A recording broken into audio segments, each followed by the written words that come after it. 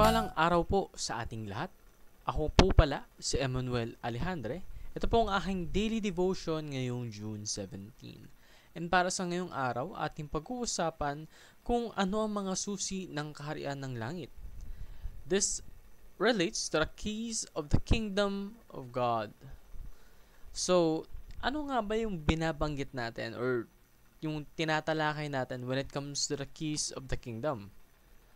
To start off our topic, I would like to read to you the passage of Matthew chapter 16 verse 19, which states, I will give you the keys of the kingdom of heaven, and whatever you bind on earth shall be bound in heaven, and whatever you loose on earth shall be loosed in heaven.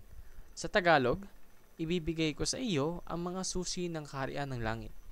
Ang ipagbawal mo sa lupa ay pagbabawal sa langit, at ang ipahintulot mo sa lupa ay ipahintulot din sa langit. So, medyo tricky, no? Kapag ating binasa. Pero this says that yung mga pamamalakad po, mga rules, sa langit ay dapat ding ina-apply natin sa baba, sa lupa, in our world. And the keys of the kingdom is granted to those that share those rules. Kasi, yung mga tao po na may kakayahan, nabigyan tayo ng opportunity, or yung mga tao may kakayahan upang buksan yung door to heaven, alam nila kung ano yung mga patakaran sa langit. Ang kanilang mga katuruan, ang kanilang mga orders ay biblical. Kaya po sila pinagkatiwalaan ng keys of the kingdom of heaven dahil alam nila yung mga nararapat na gawain na palatuntunin sa langit at dapat itong gayahin dito sa lupa. So, preach the gospel to open the door to the kingdom. Kasi ito po yung paraan upang mapaliwanag natin sa lahat ng tao kung paano makapasok sa langit. We should preach the gospel, spread the word of God, and prohibit certain practices according to the Bible. So, dapat po biblical. Kapag ikaw po ay nagbabawal ng mga gawain, dapat po ito'y ini-explain in a biblical manner. Bakit ito pinagbabawal ayon sa nakasulat sa Biblia?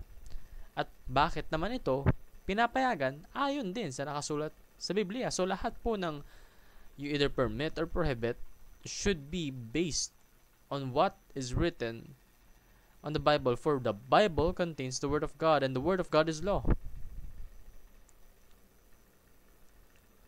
So, in order to fully grasp the concept of the keys of the kingdom, you should be more knowledgeable.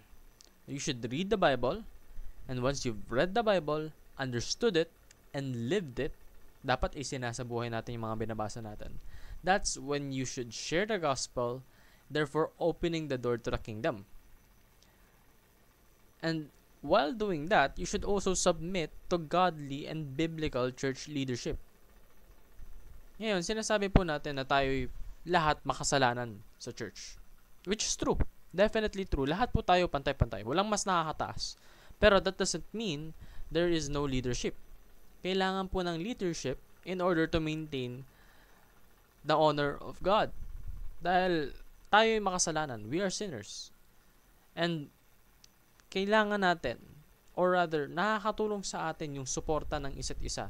Kapag napapansin natin yung isang tao'y nawawala na or lumalayo na sa presence of God, then we guide them. And we do it while listening to the leadership of the church, which is in accordance to the Bible. Kasi yung mga leadership po ng church ay nararapat lamang na sumusunod sa Biblia. Dahil ang pagsunod sa Biblia, sa pamumuno, ay talagang nakaka-produce ng amazing results na nakakapagbigay ng kaluguran sa ating Panginoon. And isa po dito is yung pagsettle ng disputes within the family of God. Kapag sa isang church po nagkaroon ng alitan, ng problema, dapat po sinosolve sa loob ng church na yun. Don't let other people be involved in a church's problem, for it is the problem of the church. It should not be tampered with sa mga taong hindi naman naniniwala sa Panginoon. Dahil yung mga problema po ay dapat sinosolve biblically, ayon sa katuruan ng Panginoon. And kapag may involved po na taong hindi naniniwala sa Panginoon, they use their own methods, then it is not a safe way to resolve that problem, because we need to make sure that our solution aligns to God's principles. So, yun po yung dahilan why we need to settle disputes within the family of God. Yun lamang po ang aking daily devotion. Maraming salamat sa pakikinig. Pagpalain po tayong lahat, and let us all give glory to God.